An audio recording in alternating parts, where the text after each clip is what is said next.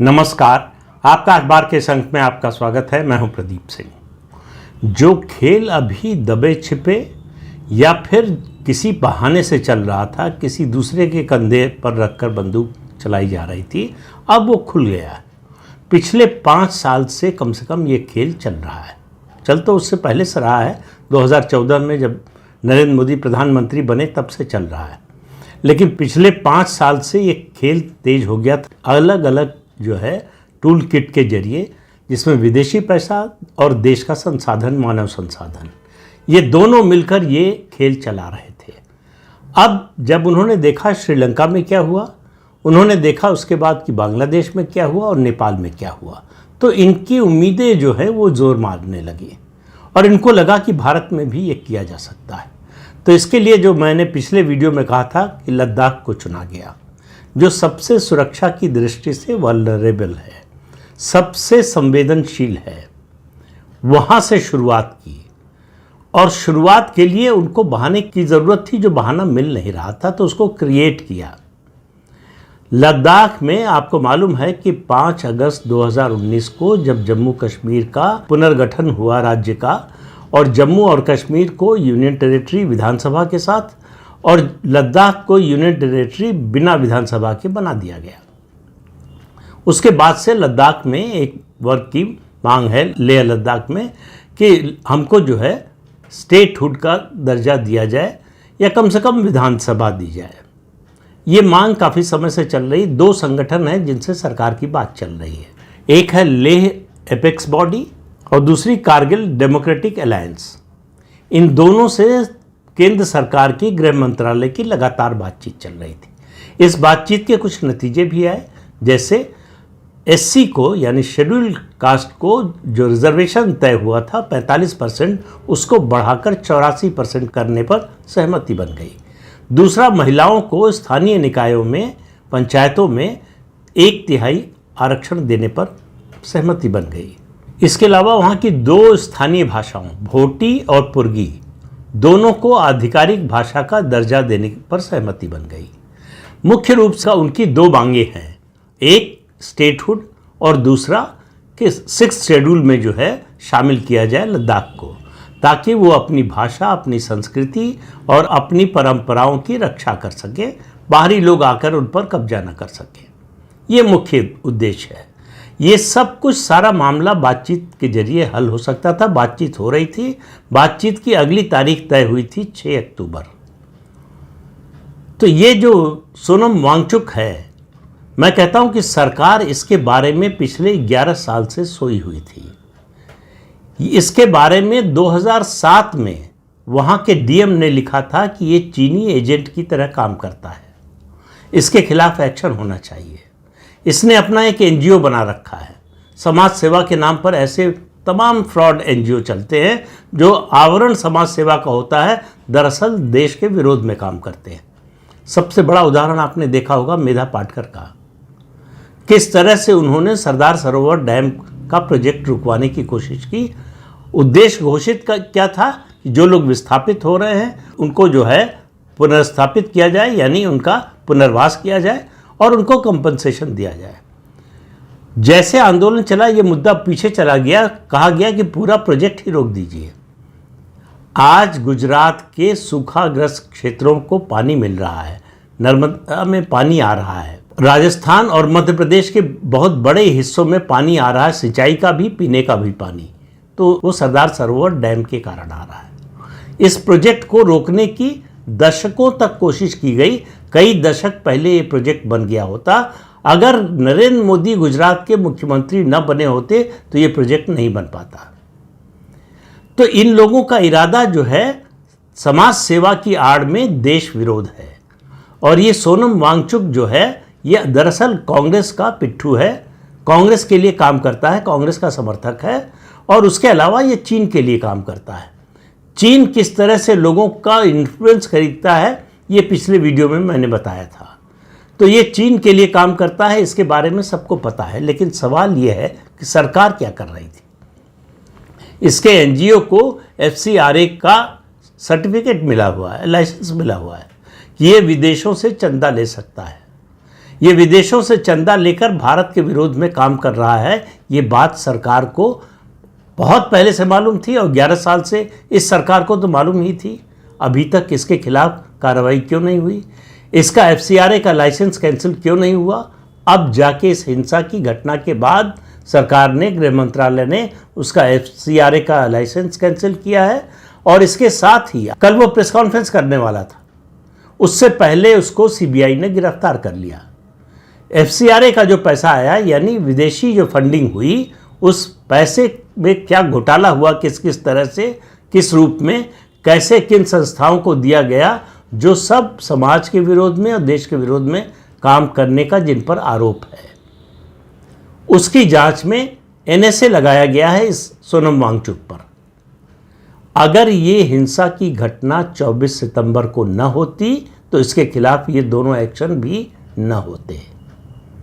और इसके बारे में तो ये भी कहा जा रहा है कि कई सरकारी कंपनियां, पब्लिक सेक्टर अंडरटेकिंग्स, उनका जो CSR फंड होता है, कॉर्पोरेट सोशल रिस्पॉन्सिबिलिटी का जो फंड होता है, उससे भी इसके NGO को पैसा मिलता था। अब इसकी पुष्टि करने का मेरे पास कोई आधार नहीं है, कोई साधन नहीं है, लेकिन ऐसी चर्चा सोशल मीडिया पर है और दूसरी जगहों पर भी है। हो सकता है मिल रहा हो सकता है न मिल रहा हो, मिल रहा हो तो कोई आश्चर्य की बात नहीं है। तो सोनम वांगचुक जैसा व्यक्ति अगर फल फूल रहा है पिछले 11 साल से, तो आप सोचिए कि देश विरोधी ताकतों की जड़ें कितनी मजबूत है।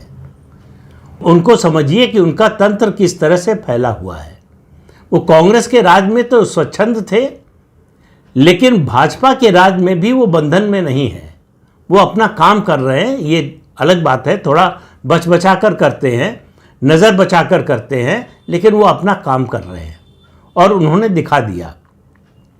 ये जब हिंसा शुरू हुई, ये सोनम वांगचुक जो है 15 दिन से भूख हड़ताल पर बैठा था। हिंसा शुरू हुई तो ये एम्बुलेंस में छिपकर अपने गांव भाग गया। इसको जाकर CBI ने गिरफ्तार किया है और इस पर NSA लगाया गया है। ये काम इससे पहले क्यों नहीं हो सकता था? सवाल ये है। इस घटना तक इंतजार क्यों किया गया? इस तरह के तत्वों की गतिविधियां पता है, उनकी फंडिंग कहां से आ रही ये पता है, और उस फंडिंग का इस्तेमाल क्या हो रहा है ये पता है। ये पता है कि ये देश के विरोध में काम कर रहे हैं, फिर भी ये इनको काम करने की छूट मिली हुई थी। सवाल ये है कि क्यों? और दूसरा प्रश्न है कि कांग्रेस पार्टी जो लगातार ये कोशिश कर रही है कि देश में अराजकता, अव्यवस्था और हिंसा का माहौल बने, उसको समर्थन करने वाले ऐसे तत्व हैं, उसके एक तरह से ये फुट सोल्जर्स हैं। ये दरअसल जो है कांग्रेस के लिए माहौल तैयार करेंगे, जैसे दिल्ली में किसान आंदोलन के दौरान या दूसरे CA का आंदोलन हो या दूसरे मुद्दों पर जिस तरह से लोगों को सड़क पर उतारने की कोशिश की गई। ये कोशिश लद्दाख में कुछ हद तक आंशिक रूप से कामयाब हुई, क्योंकि वो हिंसा करने में कामयाब हो गए।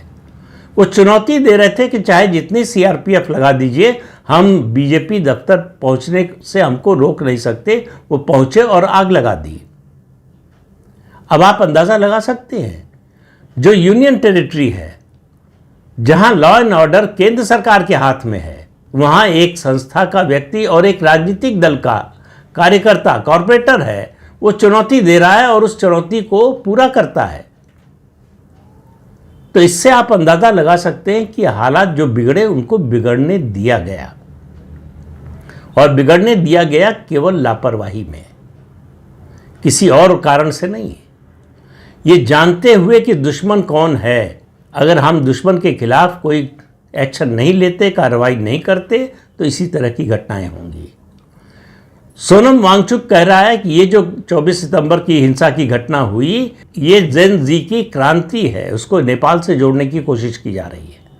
दरअसल पूरे विपक्ष की, या खासतौर से कांग्रेस की, यही इच्छा है कि भारत में ऐसा ही हो। तो भारत में अराजकता पैदा करने की ये कोशिश केवल देश के कुछ विपक्षी दलों, खासतौर से कांग्रेस ही नहीं, ऐसे तमाम NGOs की लंबी सूची है जो इस काम में लगे हुए हैं, ज़मीन पर काम कर रहे हैं कि असंतोष पैदा करो, हिंसा के लिए लोगों को तैयार करो, भड़काओ, उनको उत्तेजित करो। यही काम सोनम वांगचुक ने भी किया, इसके साथियों ने किया। तो ये एक एक्सपेरिमेंट था कि देखें लद्दाख में करके हम सफल होते हैं क्या। तो ये प्रयोग अब पूरे देश पर इसको लागू करने की कोशिश होगी आने वाले समय में। और मैंने पिछले वीडियो में भी कहा था कि राहुल गांधी ने जिस तरह से वोट चोरी के नाम पर एक फर्जी अभियान चला रहे हैं, उसमें जेन जी से अपील की थी, ये उसका प्रयोग था। तो लद्दाख को इन्होंने प्रयोगशाला बनाया देश में अव्यवस्था फैलाने के लिए, एनार्की के लिए। और लद्दाख में कुछ हद तक सफल हुए। हालांकि पुलिस ने अब स्थिति पर काबू कर लिया है, वहाँ कर्फ्यू लग गया है, वांगचुक सोनम की गिरफ्तारी हो गई है और लोगों की गिरफ्तारी हुई है। लेकिन सवाल मैं फिर कर रहा हूँ कि ये नौबत आने क्यों दी गई। अगर ये किसी और राज्य में होता जहाँ कानून व्यवस्था किसी दूसरी पार्टी की सरकार के हाथ में होता तो बात एक बार फिर भी समझ में आती है। और दूसरी बात, जानकारी के अभाव में ऐसा हो जाता तो भी समझ में आती है। हमारा सीमावर्ती क्षेत्र है, चीन से लगी हुई सीमा है, चीन जो हमारा दुश्मन है, चीन जो आंख गड़ाए बैठा है कि कब मौका मिले लद्दाख पर, अरुणाचल पर कब्जा कर ले, कैसे वहाँ असंतोष फैलाएं, कैसे वहाँ विद्रोह भड़काएं।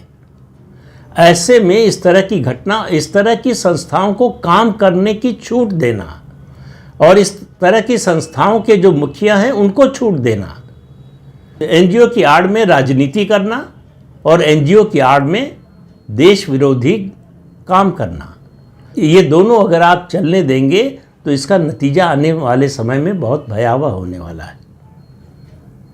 तो लद्दाख में जो हुआ है वो एक चेतावनी की तरह है। फिर कह रहा हूँ, अगर इस तरह के आंदोलन को, इस तरह की प्रवृत्तियों को शुरू में ही कुचला न गया, इनका दमन न किया गया, तो आने वाले समय में ये देश के लिए, देश की सुरक्षा के लिए, देश की कानून व्यवस्था के लिए, देश की सामाजिक समरसता के लिए, इन सब के लिए खतरा बनेंगे और देश की एकता, अखंडता को भी ये खतरे में डालेंगे।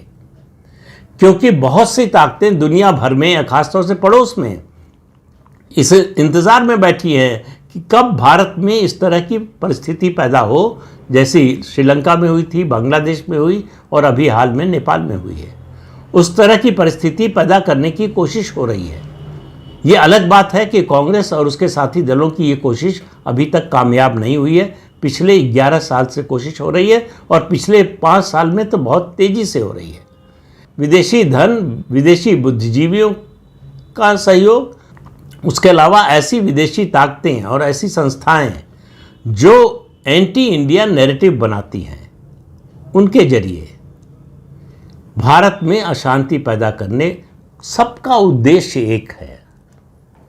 मोदी टारगेट हैं, वो सही बात है, लेकिन उससे बड़ा उनका लक्ष्य है भारत की प्रगति को रोकना। उनको लगता है कि अगर मोदी को रोक दिया, मोदी को हटा दिया, तो भारत की आर्थिक और सैन्य प्रगति पर हम पूर्ण विराम न लगा पाए तो अर्ध विराम तो जरूर लगा देंगे, उसकी रफ्तार को कम कर देंगे, बहुत धीमी कर देंगे। इसलिए जो भी भारत को विकसित होते देखना चाहते हैं, जो भी भारत को सैन्य रूप से और मजबूत होते देखना चाहते हैं, उन सब की जिम्मेदारी बनती है कि ऐसे तत्वों से सावधान रहें और ऐसे तत्वों को समय समय पर एक्सपोज करते रहें। उनका जो खेल है उसको समझें और उसके अनुसार रिस्पॉन्ड करें, उसके अनुसार जवाब दें। चुप रहना विकल्प नहीं है। चुप रहने पर होगा यही कि एक दिन हमारा आपका नंबर आएगा और हम आप कुछ नहीं कर पाएंगे। तो इस अंक में इतना ही। अगले अंक में फिर मिलेंगे किसी नए मुद्दे के साथ। तब तक के लिए अनुमति दीजिए। आपसे अनुरोध है कि ये चैनल देखिए, शेयर कीजिए, लाइक कीजिए और सब्सक्राइब जरूर कीजिए। नमस्कार।